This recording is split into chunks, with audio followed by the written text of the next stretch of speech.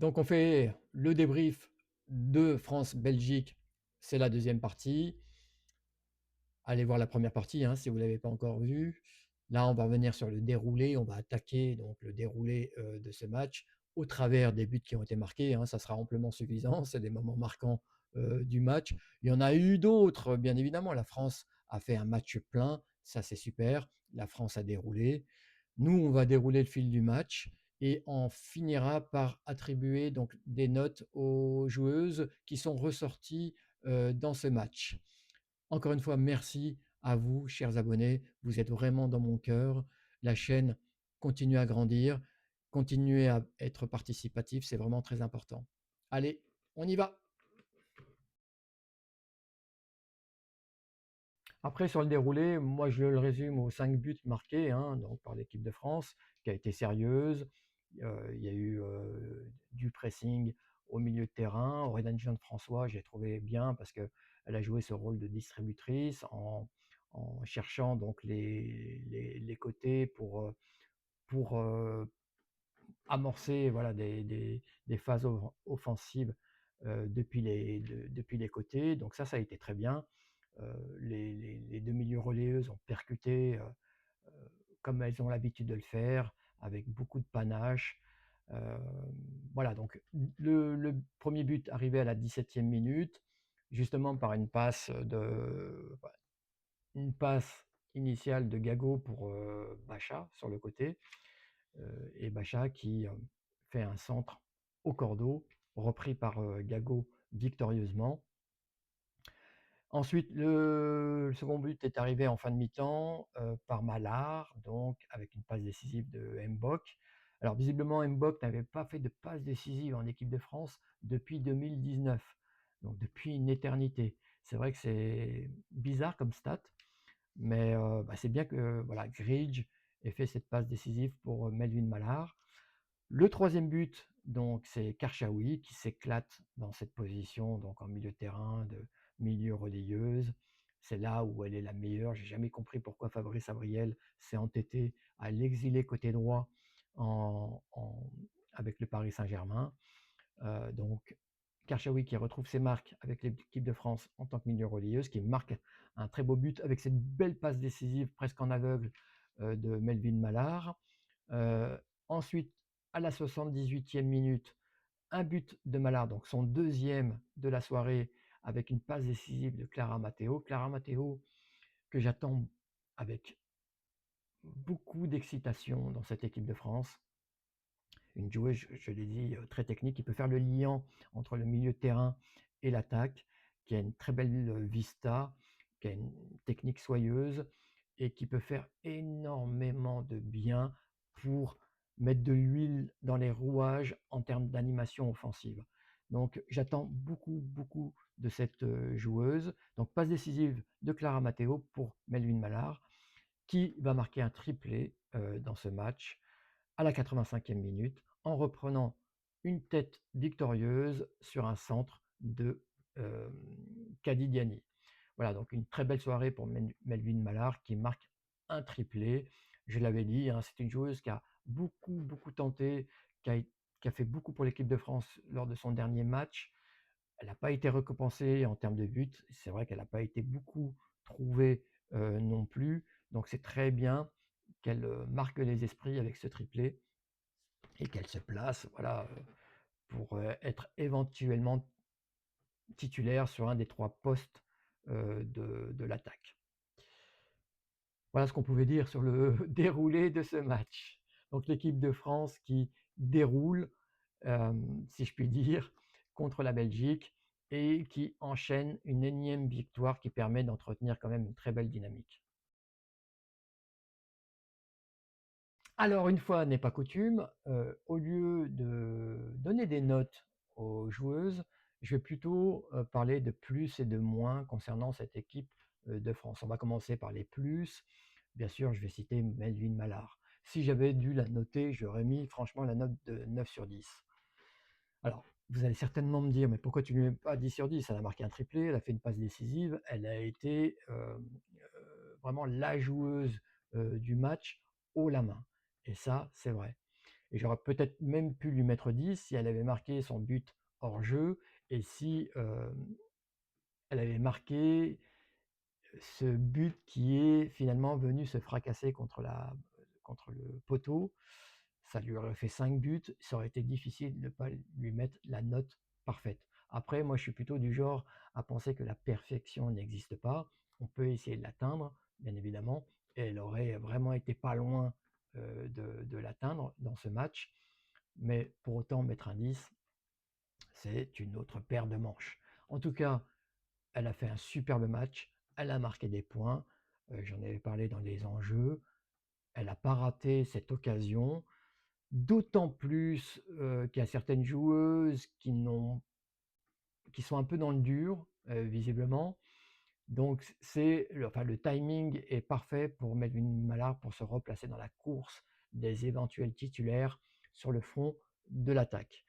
Ensuite, je vais mettre la note de 8 sur 10 à Matteo, qui est entrée en cours de match, mais moi j'aime beaucoup cette joueuse qui dépareille des autres attaquantes de cette équipe de France, qui me fait beaucoup penser, pour faire une analogie avec le football masculin, à Karim Benzema. Elle a le sens, enfin elle pue le football, si je puis dire.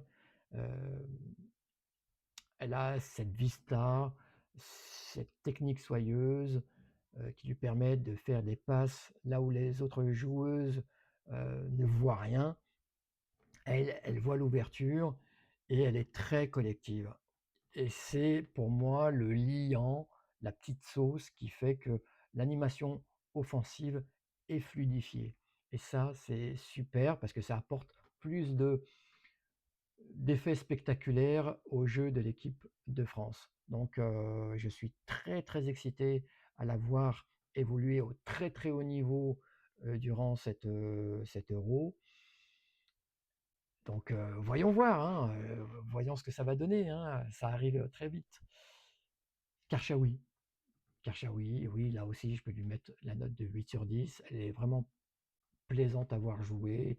On voit, on ressent son plaisir de jouer au milieu de terrain.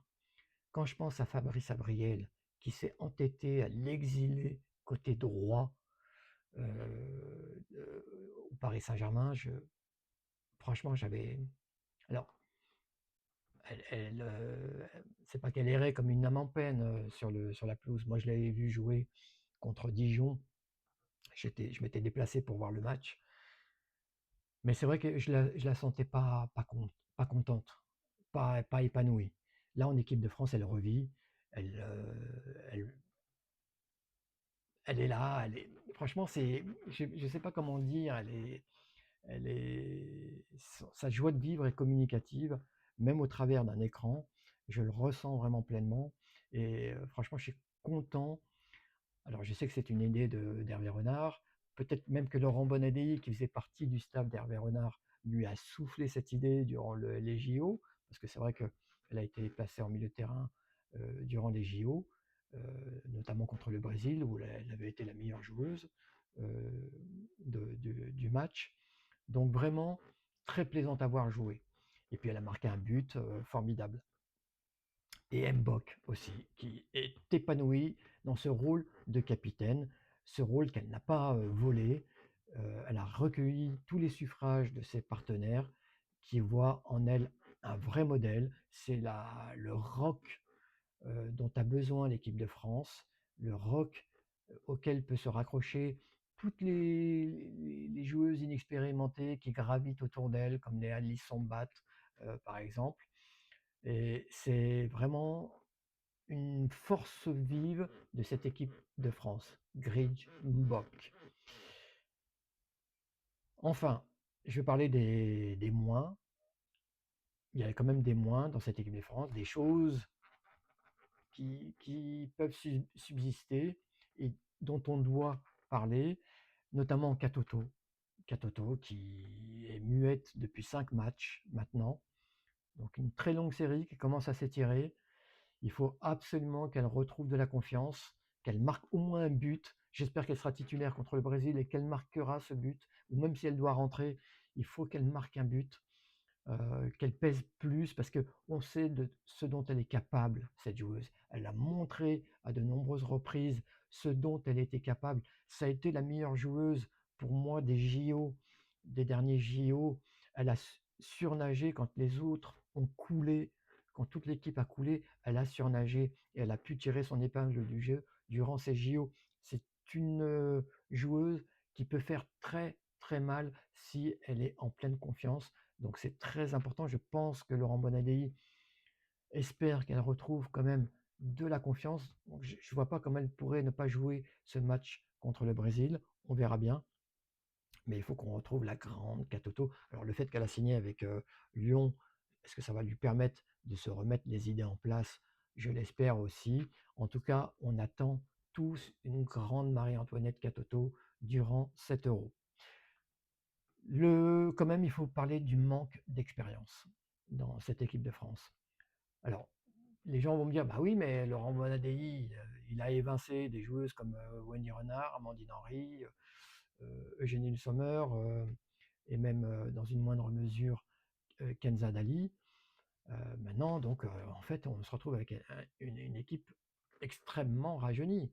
Effectivement, on a beaucoup de joueuses qui ont participé, l'ossature des joueuses qui vont démarrer l'Euro ont joué les JO, effectivement, mais après, quand on regarde le banc, là, on a des joueuses comme Tiniba Samoura, comme Alison Bat, comme Lou Bogart, j'en passe et des meilleurs, pour qui ça sera leur première expérience sur un tournoi majeur. Donc, qu'est-ce que ça va donner? On sait que la dimension mentale, donc je parle de cette inexpérience qui forcément pose des questions sur la partie mentale. Est-ce que ces joueuses qui n'ont pas été traumatisées par les échecs sur les tournois majeurs précédents, est-ce qu'elles vont apporter de la fraîcheur, un renouveau qui va faire du bien à l'équipe de France, ou est-ce qu'elles vont, elles également, plonger avec les autres joueuses, si tant est qu'elles plongent durant 7 euros?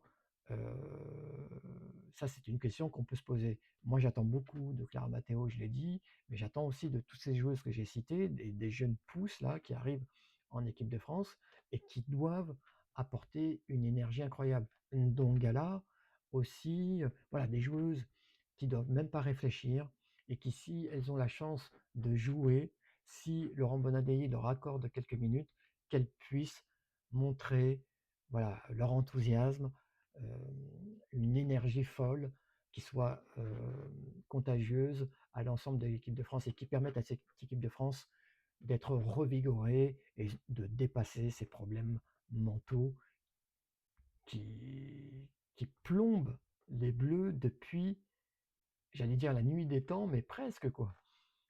Donc il faut vraiment se débarrasser de ça et aller chercher ce trophée européen parce que l'équipe de France a tout ce qu'il faut pour cartonner durant 7 euros. On sait que c'est la dimension mentale qui sera le facteur clé pour décider de la destinée de cette équipe de France.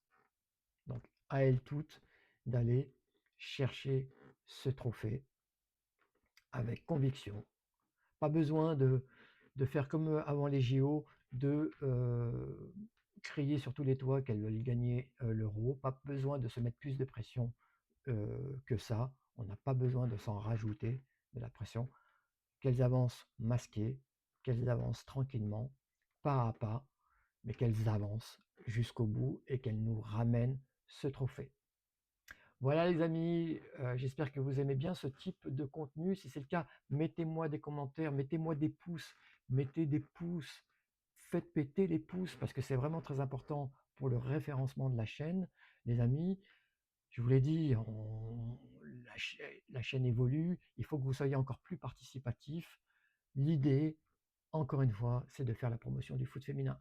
À très bientôt, va va voum!